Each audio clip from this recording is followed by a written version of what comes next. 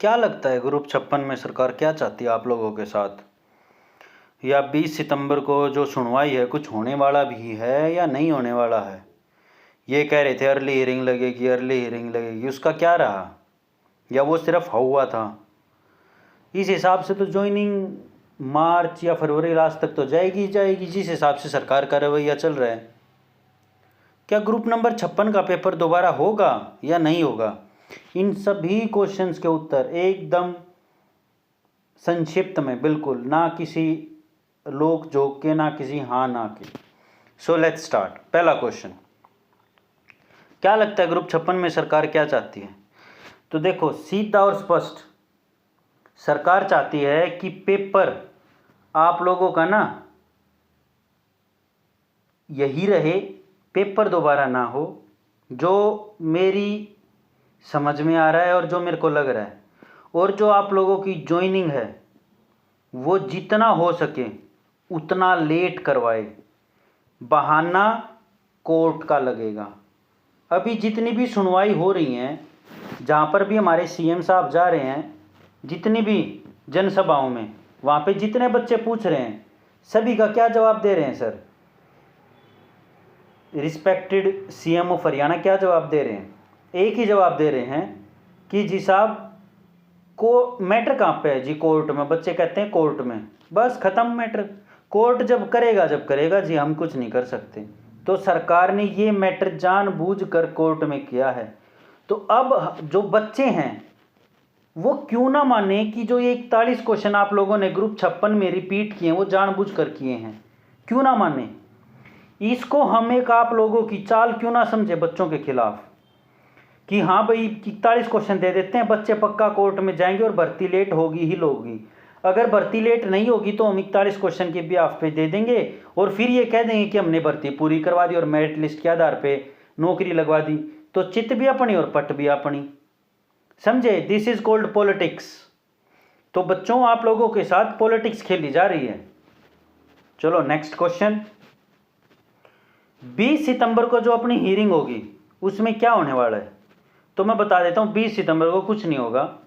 जहाँ तक मेरी समझ में आ रही है ये बात, हो जाए तो चलो अच्छी बात है, पर कुछ होगा नहीं, कुछ भी नहीं होगा। क्यों? क्योंकि सरकार सीधा और स्पष्ट इस भर्ती को लटकाना चाह रही है। सरकार पूरा करेगी ही नहीं। सरकार कहेगी, जहाँ तक मेरे को लग रहा है मार्च में भी नहीं देगी, सरकार कहेगी कि अगले टर्म में मैं लिया और भर्ती पूरी कर लो। सीधा ये कहेगी कि जो भी नई गवर्नमेंट आएगी वो इस भर्ती को कैंसिल करेगी, आप लोगों की मेरिट लिस्ट को हटा देगी और आप लोग क्या करो, हम ही दोबारा लेके आओ, हम आपकी भर्ती को दोबारा करवा देंगे, एकदम अच्छे ढंग से करवाएंगे। सीधा ये कहने वाली है। जो इनका पॉलिटिक्स का रुख मेरे को दिख रहा है, हुक और क्रुक कैसे भी ये लोग करके दोबारा गद्दी हथियाना चाह रहे हैं, तो उस हिसाब से तो यही लग रहा है बच्चों। चलो नेक्स्ट क्वेश्चन, ज्वाइनिंग कब तक होगी? तो ज्वाइनिंग का तो छोड़ो, पेपर का ही ठिकाना नहीं है। पेपर ही ये नहीं पता कि जो पेपर ग्रुप नंबर 56 का होगा वो पेपर अब लोग ये दोबारा लेंगे या नहीं लेंगे, क्या करेंगे क्या नहीं करेंगे। अब 4-5 तरीके आते हैं इसमें, या तो 41 नंबर सबको दे दें या 41 नंबर सबके काट लें। इन दोनों में बात सेम ही रहती है। 41 नंबर सबके काटेंगे तो भी 59 में से कट ऑफ बनेगी, 41 नंबर सबको देंगे तो भी कट ऑफ 59 में से बनेगी। कैसे? अब इसमें से बहुत सारे महाबुद्धि ये कहेंगे कैसे, अरे जब 41 नंबर सबको दे ही दिए तो क्वेश्चन कितने बचे? 59 ही तो बचे महाराज। 59 में से कितने ही नंबर आ जाए, वो 41 नंबर तो सबके पास हैं। अब इसमें लॉस किसका है? जिसके पास 5 नंबर एक्स्ट्रा है वो तो रहेगा फायदे में, और जिसके पास 5 नंबर नहीं है वो जाएगा नुकसान में। लॉस किसको? जनरल बच्चे को, और जिसके पास 5 नंबर नहीं है।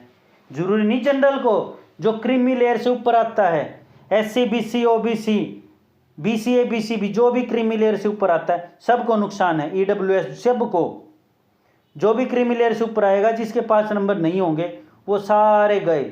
उनका बहुत कम मौका होने वाला सिलेक्शन, अगर 41 नंबर सबको दे दिए तो। पेपर दोबारा होना बहुत ज़्यादा मुश्किल लग रहा है, बहुत ज़्यादा। दोबारा पेपर होता तो सरकार अर्ली हियरिंग करके कोर्ट में ये कह देती कि जी हमें पेपर दोबारा लेना है और आप दोबारा करने की परमिशन दे दो साहब, हम हफ्ते भर में दोबारा करवा लेंगे। तो इनका मूड लग नहीं रहा, दोबारा होगा पेपर। मैं पक्का कह सकता हूँ पेपर दोबारा नहीं होगा। हालांकि मैं चाहता हूँ एज ए टीचर बच्चों का भला हो, पेपर दोबारा हो, लेकिन पेपर दोबारा नहीं होगा। क्यों नहीं होगा मैंने रीज़न बता दिया आप लोगों को। ठीक है, ये 2 तरीके हो गए। तीसरा तरीका क्या है, इन दोनों को हटाकर 59 में से कट ऑफ दे दो और 59 को 100 के इक्वल रख के और एक क्वेश्चन जितने भी नंबर बैठेगा उसके हिसाब से दे देंगे और फिर अगर लास्ट में जो सोशियो इकोनॉमी के मार्क्स देने हैं वो 100 में से जीते देंगे 2.5%, तो उस हिसाब से आप लोगों की 100 में से कट ऑफ निकल जाएंगी। अब ये आगे 3 तरीके।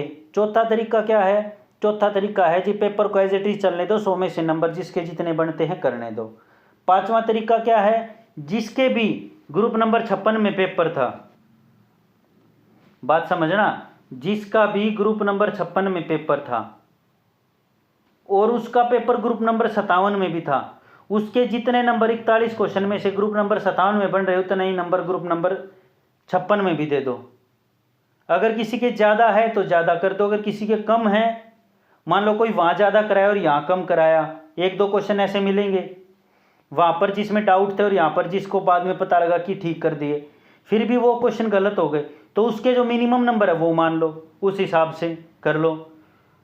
लेकिन ये भी सक्सेसफुल नहीं है, क्योंकि बहुत सारे ऐसे बच्चे जो ग्रुप नंबर 57 में पेपर दिया और वो उन लोगों ने ग्रुप नंबर 56 में पेपर दिया जिन बच्चों ने, और ग्रुप नंबर 57 में पेपर नहीं दिया, यानी कि पहला पेपर दिया वो ग्रुप नंबर 56 का और वो लोग पेपर देख के चले गए, तो उन लोगों को बाहर निकाला ही नहीं जा सकता।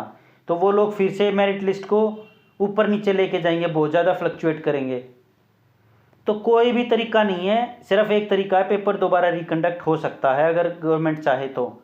ये बहानेबाजी में ना फंसे, हालांकि बहानेबाजी करेगी, इस गवर्नमेंट का पुराना काम है बहानेबाजी करना, दबा के पॉलिटिक्स करना, दबा के, कभी भी बच्चों के हित में कुछ भी नहीं करना। कोई भी एक चीज़ आ जाए उसी को ही बच्चों का बवंडर बना देना, ये हो गया वो हो गया, बस कुछ नहीं। और अनएम्प्लॉयमेंट रेट हद से ज़्यादा हो रखी है हरियाणा के अंदर, महंगाई इधर हरियाणा के अंदर बहुत ज़्यादा हो रखी है, किसी के ऊपर कोई भी सरकार का वो नहीं है डिसीजन, बस काम क्या है, पॉलिटिक्स करना, सभाएं करना, बस, और कुछ काम नहीं इस सरकार का। तो भाई अब आप लोग खुद देख लो क्या करना है क्या नहीं करना। हालांकि मैं किसी भी पक्ष में नहीं हूँ, ना मैं ये पक्ष में हूँ कि पेपर दोबारा हो, ना मैं ये पक्ष में हूँ पेपर दोबारा नहीं हो।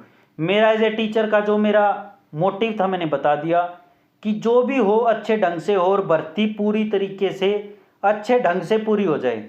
एक टीचर ना कभी पॉजिटिव साइड में होता है ना कभी नेगेटिव साइड में। A teacher is always on the neutral path, उसका काम है आप लोगों को दिशा दिखाना। तो और आप लोग दिशा कैसे देख सकते हो, ग्रुप डी के लिए हमने MCQ सीरीज चला रखी है। आज हमने 12वां दिन था, लगातार 11 दिन हो गए, तो उसके अंदर हमारी डेली टेस्ट सीरीज़ चल रही है MCQ सीरीज़, तो वो देखना, बहुत बेहतरीन सीरीज़ चल रही है, वहाँ से आप लोगों को फ़ायदा होगा ही होगा। ग्रुप डी का पेपर अक्टूबर में 21 और 22 को, समझे। तो पेपर जो ग्रुप नंबर 56 का अगर होगा भी तो अक्टूबर लास्ट में होगा, पहले में होगा ही नहीं। नवंबर तक पेपर चलेंगे, दिसंबर में देंगे कैसे ये लोग ज्वाइनिंग, दिसंबर तक इन लोगों की आंसर की आएगी, आंसर की में ऑब्जेक्शन होंगे, फिर उसके बाद फिर से आंसर की आएगी, समझे। नवंबर में जाके इन लोगों की लिस्ट आएगी, फिर ये लोग DV करवाएंगे या फिर वो करवाएंगे, क्या कहते हैं अपना पोस्ट भरवाएंगे, किसको कौन सी पोस्ट चाहिए, फरवरी में जाके वो भरी जाएगी, मार्च अप्रैल में जाके ये लोग आप लोगों को ज्वाइनिंग देंगे। ये मैंने प्रोसीजर बताया बिल्कुल इजी लैंग्वेज में, समझे। तो इतना ही था, ऑल द वेरी बेस्ट। बस आप लोगों को करना ये है, अपनी तैयारी में जुटे रहो सिर्फ और सिर्फ। All the very best and signing out.